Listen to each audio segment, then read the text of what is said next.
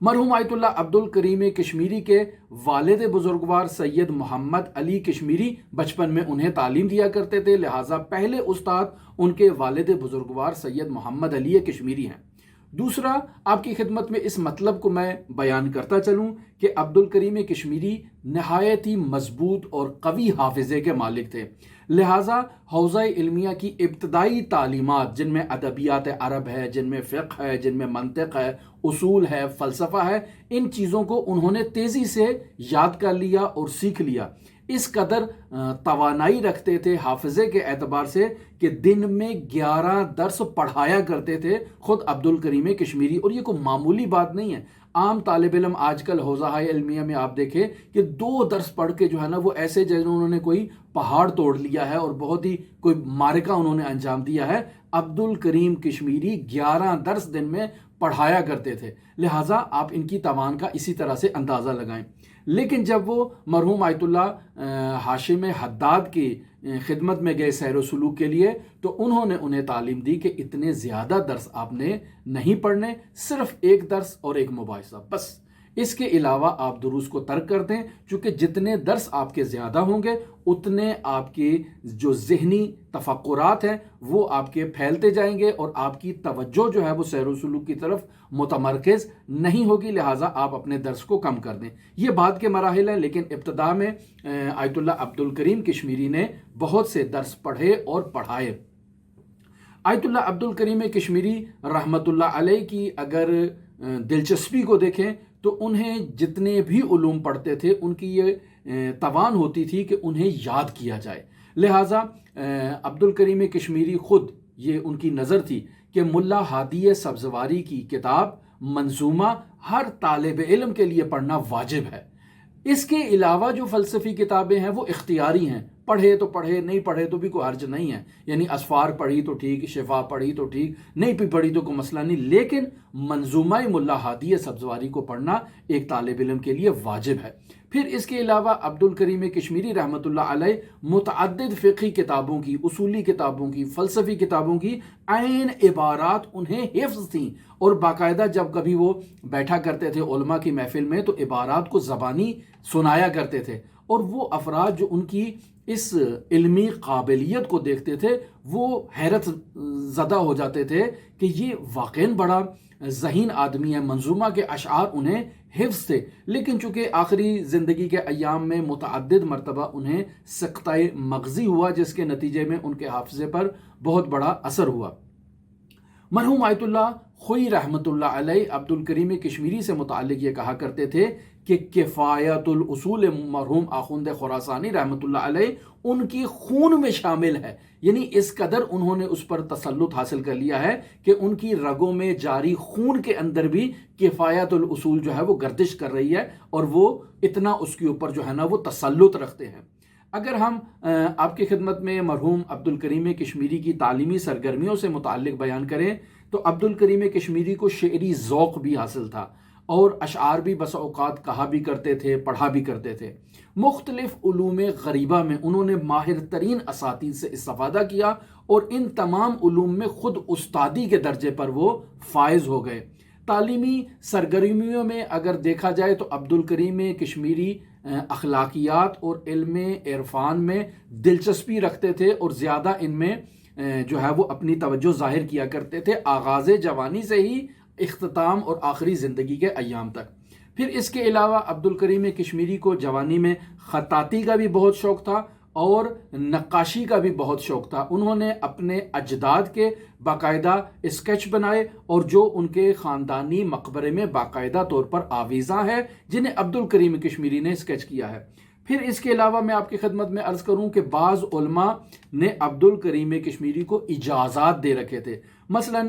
آغا بزرگ تہرانی جو صاحب کتاب الذریعہ ہیں، انہوں نے عبد الکریم کشمیری کو اجازہ نقل روایت دے رکھا تھا۔ مرحوم آیت اللہ خوئی نے انہیں اجازہ اجتہاد دے رکھا تھا، اس کے علاوہ آپ کی خدمت میں عرض کیا جائے کہ متعدد عرفاء نے انہیں اجازہ ذکر دے رکھا تھا۔ یہ معمولاً روش نہیں ہوتی کہ حوزہ علمیہ میں عرفاء حضرات کسی کو اجازہ ذکر دیں، لیکن عبد الکریم کشمیری کو یہ اعزاز حاصل تھا کہ انہوں نے اپنے اساتذہ سے اجازہ ذکر بھی دریافت کر رکھا تھا۔ اگر ہم حوزوی اساتید سے متعلق آپ کو بیان کریں عبد الکریم کشمیری کی، تو سطوح عالیہ انہوں نے شیخ مجتبیٰ لنکرانی کے حضور پڑھی، مقاصد انہوں نے شیخ رازی تبریزی کے پاس پڑھی، استصحاب کا کچھ حصہ اور تعادل اور تراجی کے کچھ حصے جو ہیں انہوں نے آیت اللہ شیخ محمد تقی بہجت فومنی کے پاس پڑھے، کفایت الاصول انہوں نے شیخ محمد حسین تہرانی کے پاس اور شیخ عبد الحسین رشتی کے پاس تعلیم حاصل کی، فلسفے کی تعلیم شیخ صدرائے بادقوبے کے پاس حاصل کی، اور آغا فیض خراسانی کے پاس بھی انہوں نے فلسفہ پڑھا ہے۔ اور وہ فرماتے تھے کہ مرزا حسن بجنوردی جو ہیں انہوں نے اپنی کتاب ایک تحریر کی ہے قواعد فقہیہ، لوگ انہیں قواعد فقہیہ کے عنوان سے پہچانتے ہیں، لیکن یہ معقولات میں بہت مہارت رکھتے تھے، اور یہ بھی سید عبد الکریم کشمیری کے اساتید کی فہرست میں شامل ہیں۔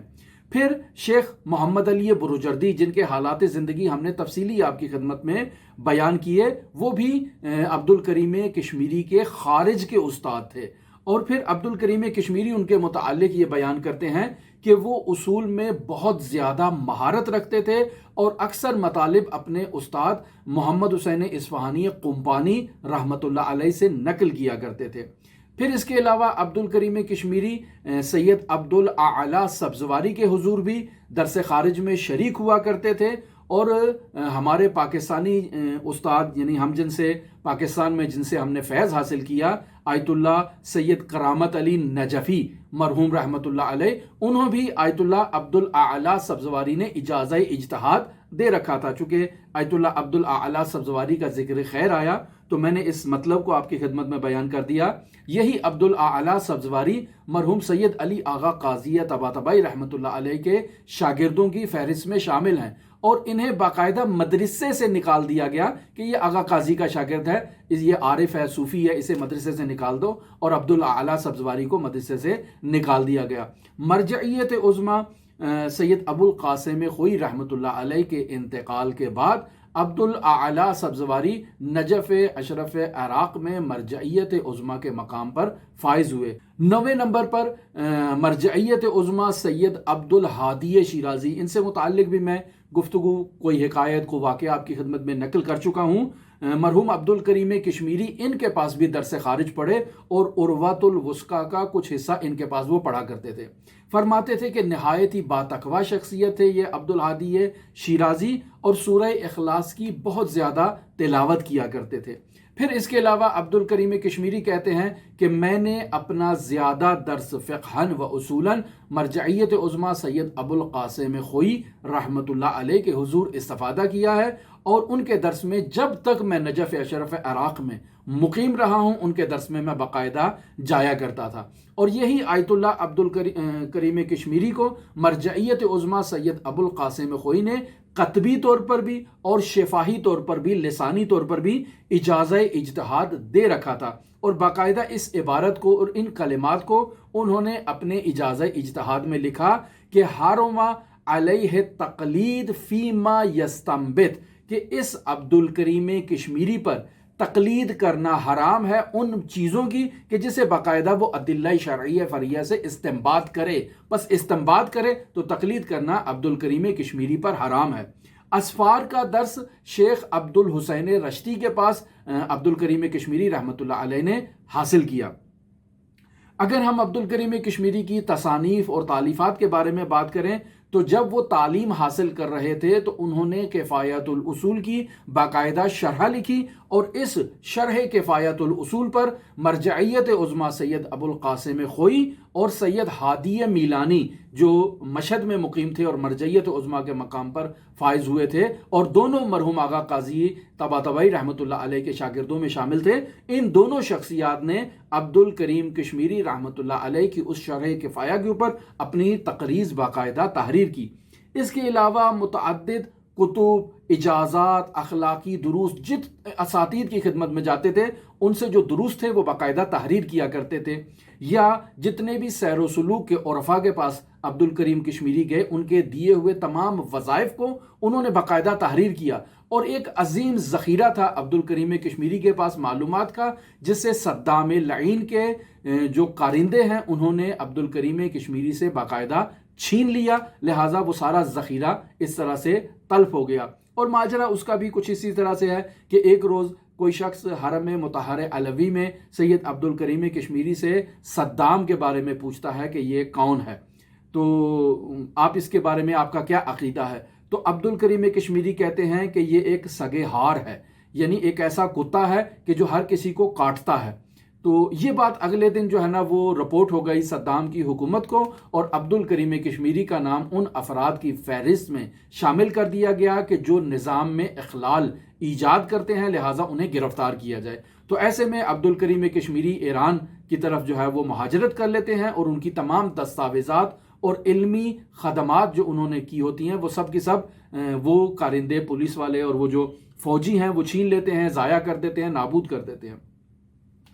عبد الکریم کشمیری کے اندر جو اندرونی انقلاب یا جذبے کی جو کیفیت ہے یا سیر و سلوک کے جو مسائل ہیں ان کے متعلق اگر ہم آپ کی خدمت میں گفتگو کریں تو آغاز ہی سے عبد الکریم کشمیری یعنی آغاز طفولیت سے ان کا یہ عالم تھا کہ ان کا کوئی نوجوان یا ہمسن شخص دوست نہیں تھا، وہ صرف اہل معرفت بوڑھے افراد کو تلاش کیا کرتے تھے اور ان سے وظیفہ لیا کرتے تھے جوانی میں، یعنی ابتدا میں۔ اور ماجرا بھی کچھ اس طرح سے وہ نقل کرتے ہیں، فرماتے ہیں کہ جب میری عمر 7 سال یا 8 سال کی تھی تو اس وقت میں اپنے جد آیت اللہ سید محمد قاظم یزدی کے مدرسے کے پاس کچھ بچوں کے ساتھ کھیل رہا تھا، 7 سال کا تھا یا 8 سال کا تھا، تو میں وہاں پر کھیل رہا تھا کہ اچانک آیت حق شیخ مرتضیٰ طالقانی وہاں سے گزرتے ہیں اور ان کی نگاہ میرے اوپر پڑ جاتی ہے۔ وہ مجھے کہتے ہیں کہ ادھر آؤ، میں ان کے پاس جاتا ہوں تو یہ آیت اللہ مرتضیٰ طالقانی مجھے کہتے ہیں، جبکہ آیت اللہ طالقانی کی عمر اس وقت 70 سال تھی، وہ مجھے کہتے ہیں کہ بیٹا تمہارے سر کے اندر میں ایک نور کو مشاہدہ کر رہا ہوں، تم بچوں کے ساتھ نہیں کھیلا کرو، تم کھیل کود کے اصلاً قابل نہیں ہو، جاؤ تمہارا ایک اور راستہ ہے۔ لہٰذا اس دن سے یعنی وہ 7 سال یا 8 سال کی عمر سے لے کے 21 سال کی عمر تک سید عبد الکریم کشمیری شیخ مرتضیٰ طالقانی کے حضور سیر و سلوک کی تربیت حاصل کرتے رہے۔ لہٰذا فرماتے ہیں کہ سن بلوغ سے پہلے ہی میں سیر و سلوک کی راستے پہ گامزن ہو چکا تھا، اور اس وقت سے میں بوڑھے افراد کو تلاش کیا کرتا تھا، ان سے وظائف لیا کرتا تھا۔ اور پھر یہ مرتضیٰ طالقانی خود غیر شادی شدہ تھے یعنی مجرد تھے، اور ہمارے جد بزرگوار آیت اللہ سید محمد قاظم یزدی صاحب کتاب عروۃ الوثقی کے مدرسے میں ان کا باقاعدہ ایک کمرہ تھا، اور چونکہ میرے جد کا مدرسہ تھا میں بھی اس مدرسے میں داخل ہوا، اور میرا کمرہ ان کے کمرے کے بالکل ساتھ تھا، لہٰذا میں ان کے محضر سے بہت زیادہ استفادہ کیا کرتا تھا۔ اور یہ میرے استاد